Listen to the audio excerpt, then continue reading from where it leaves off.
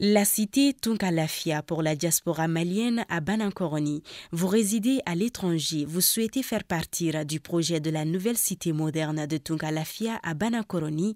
Envoyez rapidement votre demande de réservation par WhatsApp au 00336 41 94 03 80 ou au 00336 77 83 04 14. La cité moderne Tunkalafia sera composée d'une vingtaine de maisons individuelles sur des parcelles de 300 mètres carrés, des appartements, des espaces verts, des aires de jeu pour enfants, salles de sport, etc. Le tout sur 1 hectare de terrain clôturé.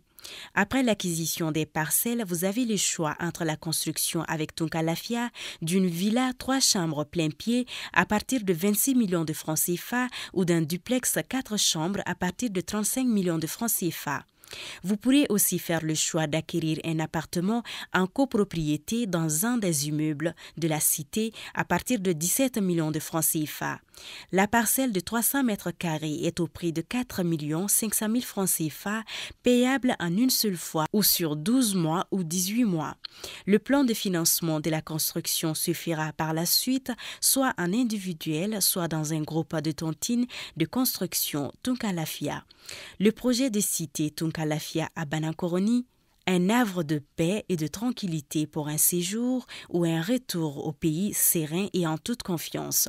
Avec Tunkalafia, pour chaque Malien de l'extérieur, une maison à l'intérieur.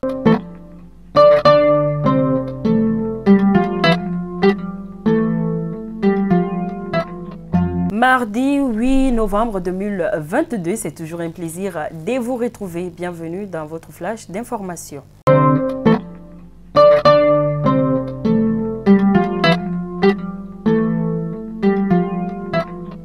Correction des épreuves du concours des recrutements des auditeurs de justice. Le garde des Sceaux échange avec l'équipe des correcteurs. En effet, les ministres de la Justice et des Droits de l'Homme, garde des Sceaux, M. Mamoudou Kassongé, a eu des échanges fructueux avec l'équipe de correction des épreuves du concours des recrutements des auditeurs de justice.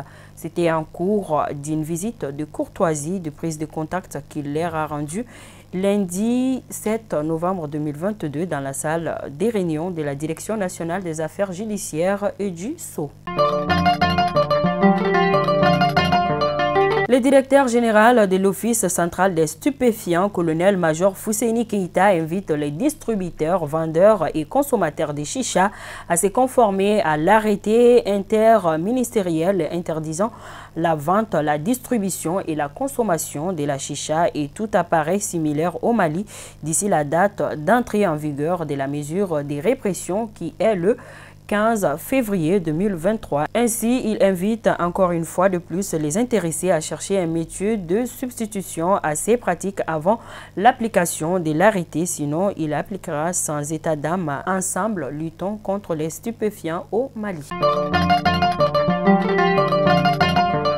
Après un collectif de la société civile d'Ansongo dans le Nord, cette fois-ci, ce sont les 3 principales centrales syndicales du Mali qui appellent à compter de ce mardi à 48 heures de désobéissance civile dans toute la région des Gao.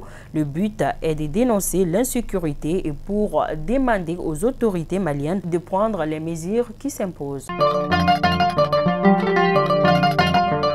De Gao, nous partons à Tombouctou. Révision des listes électorales à Tombouctou. L'engouement n'est pas au rendez-vous, déplorent les acteurs. Pourtant, l'opération est en cours depuis le 1er octobre dernier. Hier, on annonçait son arrivée. En effet, le Premier ministre par intérim, le colonel Abdoulaye Meiga, assiste en ce moment à l'ouverture solennelle de la 27e conférence des partis à la Convention cadre des Nations Unies sur les changements climatiques.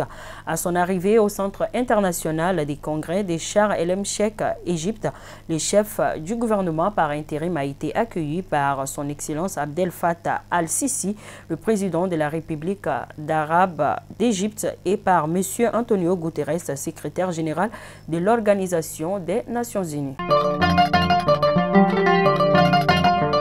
Forum national du Mamala Miankala Kafo. Le Miankala Kafo plaide pour la paix et la valorisation du pluralisme culturel. En effet, le Centre international de conférences de Bamako, CICB, a abrité du 4 au 6 novembre 2022 le Forum national du mouvement Ensemble pour le Mamala sous le thème La paix, la promotion et la valorisation du pluralisme culturel et le développement social intégré des communautés de Mamala Miangala Kafo. L'objectif du dit forum était de créer la dynamique nécessaire à l'aboutissement du processus de paix et de réconciliation nationale au Mali, offrant l'occasion à toutes les composantes de la vie sociopolitique, culturelle et confessionnelle d'échanger et surtout faire d'importantes recommandations sur les différentes thématiques. Lutte contre le terrorisme, l'armée affirme avoir neutralisé 130 terroristes en octobre. Dans ces opérations offensives, les forces armées maliennes ont neutralisé 133 terroristes saisis, 60 motos et 99 armes. Ajouté l'interpellation de 122 présumés terroristes durant le mois d'octobre 2022. Source d'IRPA. À présent, les actualités hors de nos frontières. Le Tchad accepte une mission d'enquête internationale pour faire la lumière sur les violences meurtrières du 20 octobre dernier. Fidèle abonné de Malikounda Foni, c'était donc là votre flash dès ce mardi 8 novembre 2022. Je vous donne rendez-vous demain pour une autre édition. D'ici là, portez-vous bien, que Dieu bénisse le Mali et qu'il protège nos femmes. Merci et bonne journée.